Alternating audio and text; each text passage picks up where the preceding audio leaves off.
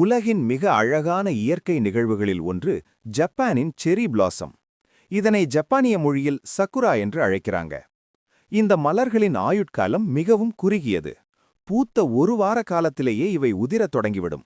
இது வாழ்க்கையின் நிலையாமையை உணர்த்துவதாக ஜப்பானியர்கள் கருதுகின்றனர். சக்குரா மலர்களைக் கண்டு ரசிப்பதற்கென்றே ஹனாமி என்ற பாரம்பரிய திருவிழா கொண்டாடப்படுகிறது. நண்பர்களுடனும் குடும்பத்தினருடனும் மரங்களுக்கு அடியில் அமர்ந்து உணவு உண்பது இவர்களின் வழக்கம். இந்த மலர்களை அழகுக்காக மட்டுமல்லாமல் உணவாகவும் பயன்படுத்துகின்றனர். மலர்களையும் இலைகளையும் பதப்படுத்தி தேநீர் மற்றும் பாரம்பரிய இனிப்பு வகைகளில் சேர்க்கிறார்கள்.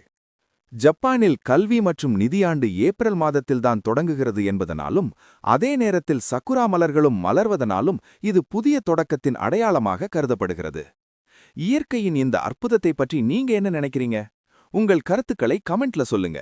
இது மாதிரியான சுவாரஸ்யமான தகவல்களுக்கு நம்ம சேனலை சப்ஸ்கிரைப் பண்ண மறக்காதீங்க.